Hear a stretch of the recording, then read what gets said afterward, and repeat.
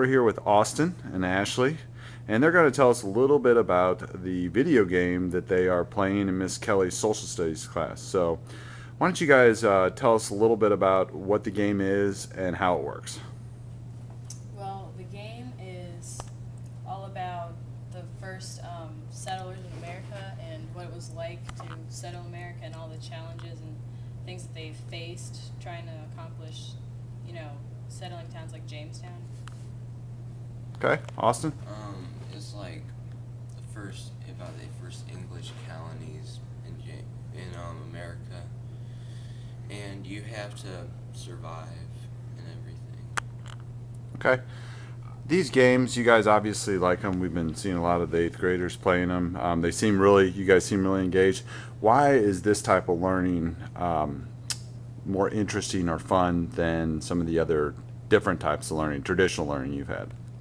Well, it's a lot better because you get to actually have fun while you're learning. More engaged because it's like instead of looking at it from a historian's point of view where like this is what happened and that's how it was, it's kind of like you control it, so you kind of make the history. So Austin, take us through this a little bit. What are you doing right now with your colony? Right now, I'm trying to get some food because I'm running out of it, and the best thing that you plant here is beans because it's the only thing that grows along with barley, but I plant beans all the time. Why do you plant beans as opposed to barley? Barley seems to grow a lot slower than beans do, and it gives you more. So now, what are some of the challenges that you've faced so far in this game? Running out of food supply and taking lots of the Indians' hunting places, like let's see here. There's a hunting village you can go to,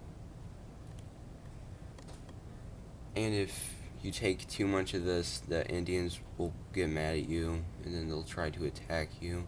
They haven't tried to attack me yet, though.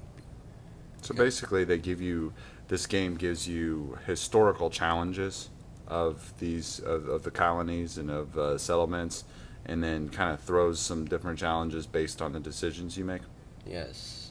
So Ashley, talk a little bit about your settlement. What has been some of the challenges that you faced, and what is the goal of your settlement? Okay, as you can see, there are no people on my settlement because they all died just now. So you can go to the map, and this is the ship going back to Europe, and these are all of my people. So there's, a lot of people here, but I have to wait for the ship to come back, which takes a long time.